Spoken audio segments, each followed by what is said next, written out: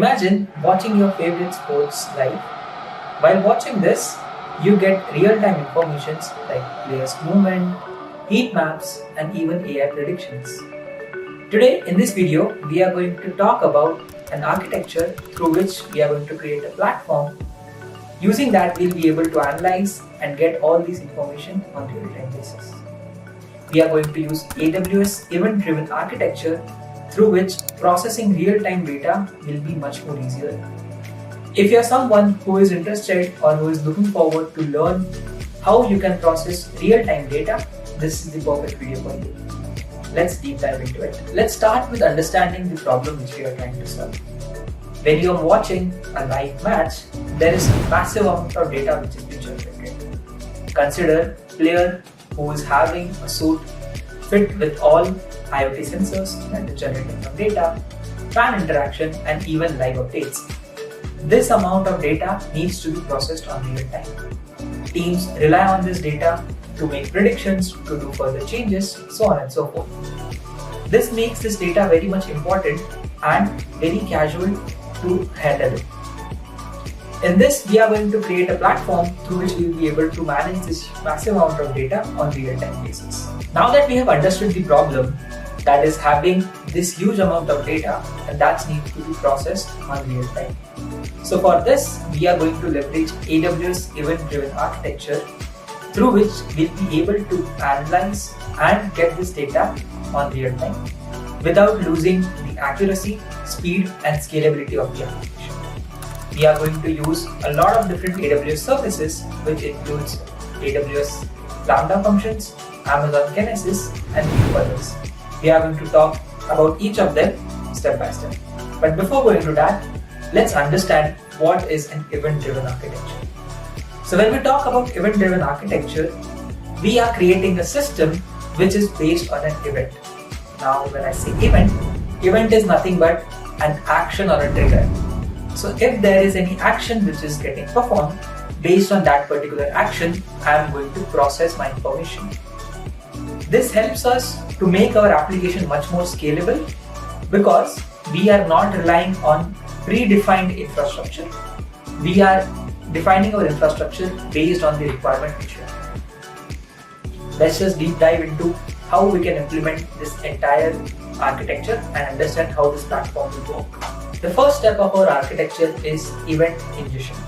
When I say event ingestion, this is nothing but we have to ingest the data. That is, we need to capture all the data which is coming in. Now, in a sports event, there can be multiple data sources. It can be from the IoT device which are connected, it can be from internet which is giving by fan interaction, or live stats which are made. All these data needs to be streamed in such a way that there is no data loss. Using Amazon Kinesis, we'll be able to stream all the data and then process it nearly real time. I'll be able to get this massive amount of data and then I can store it somewhere so that I can do further operations as well. Kinesis helps us getting data in real time as well as we'll be able to process it on the flow. Kinesis handles the flow of event with no delay. When there are crucial moments like a penalty shootout and an extra time, every second counts and Kinesis handles this data very smoothly. Once Kinesis has captured all the data, now the next step is to process this information. And to do so, we are going to leverage Amazon's Lambda functions. Lambda is a service which is used as a serverless. When I say serverless, it's nothing but having an enhanced computational power, wherein we don't have to manage any servers. Lambda helps us to manage serverlessly the compute power which we are using. Imagine a situation where in your sports event, there is an extra time going on. And at the very last minute, there are lots and lots of users which are coming in and watching your videos. For that, we need an extra power. After a while, there's a half time. For that, the audience will be very less. Lambda will automatically scale down and it will be able to process that information within that given time frame. So, the scalability is being managed very powerfully when we have AWS Lambda. Now that we have defined our processing power through Lambda, we need to define what will be the trigger for my Lambda function. Consider each event such as pausing of the game, any halftime, any score are an event. This will trigger my Lambda function. But to manage this trigger, we will be needing an architecture which will decouple my process. And to do that, we are going to use a service called as SQS, that is Simple Queuing Service. This will help us to create a queue through which data can be processed on each and every step. Imagine you have each step. After each step is being performed, your queue passes to the next and then processes that same information.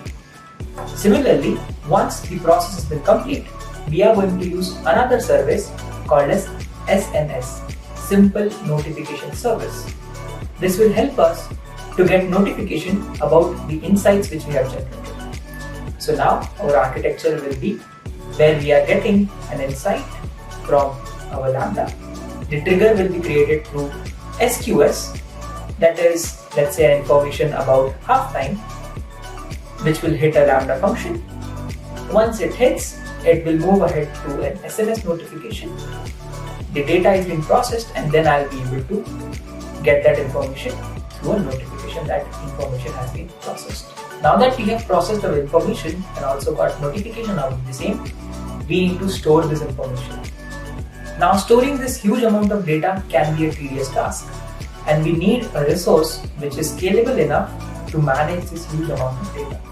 And for that, we have a service called as Amazon DynamoDB. It's a NoSQL based database which will help us to store all this information on near real time. So imagine you have information of your player. Let's say we can manage and store information like how much he ran, how much calories he burned, so on and so forth. That can be very easily managed and stored in NoSQL database, that is DynamoDB tables. Now there is another type of information that we need to store, that is historical information. Consider you have an existing information that you need to revise or take analysis at a later point of time. For that, we are going to store this in Amazon S3 buckets. So whichever, let's say there is a match which has happened 2 days back and you want to get that information, we are going to store it in our S3 bucket. So first we will store it primarily in DynamoDB tables, later on moving it to S3 bucket so that we can use it for further analysis. When I have to analyze this data from S3 bucket, we can leverage another AWS service called as Athena, which will help us to query this information and get the exact information what we want. Speaking of analytics, we can analyze using Athena, that is the data which we have stored previously. But we also need to process or visualize the data which is real time. For that, we are going to use Amazon QuickSight. This helps us to create real-time dashboards which will be used by maybe coaches or the sports enthusiasts who can keep track of players. QuickSight can be connected with my databases, and then from that data I can create dashboards or charts which will help me to analyze this information. We have created the backend of the application, but we need a front door through which users can go ahead and access this information. For users to process or to get this information, we are going to use a service called as API Gateway. This will become front for a mobile application, a website, so on and so forth, through which user can come in and get the information. This application is going to work for millions of users. They are going to get information on real time and information when they actually need it. Finally, let's talk about scalability of the application.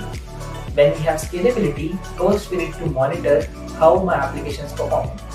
For that, we need to add a service, that is Amazon CloudWatch, through which I'll be able to keep an eye on my resources. If there are any problems or any alerts, it will notify me. To handle these notifications or alerts, we can add an auto-scaling group through which I'll be able to scale my application on real-time basis. So let's say if there is any World Cup going on and my number of users are increasing, auto-scaling group will be managing all these number of users. Now that we have created a fundamental application, we also need to manage the security aspect of this. Here we can use AWS Cognito to create a user pool, that is user authentication system, through which user can come in and authenticate themselves and then use the application. We can also add AWS WAF, that is firewall, which will act as a firewall between our application to protect from cyber threats. This architecture is a game changer when we are talking about event-driven architecture. If you have to create an analytical dashboard in which you want to implement decoupling and create everything based on event, you can refer this architecture. Based on this, you can create many other platforms and leverage AWS power so that you can make your application much more scalable and process the data on a real-time basis.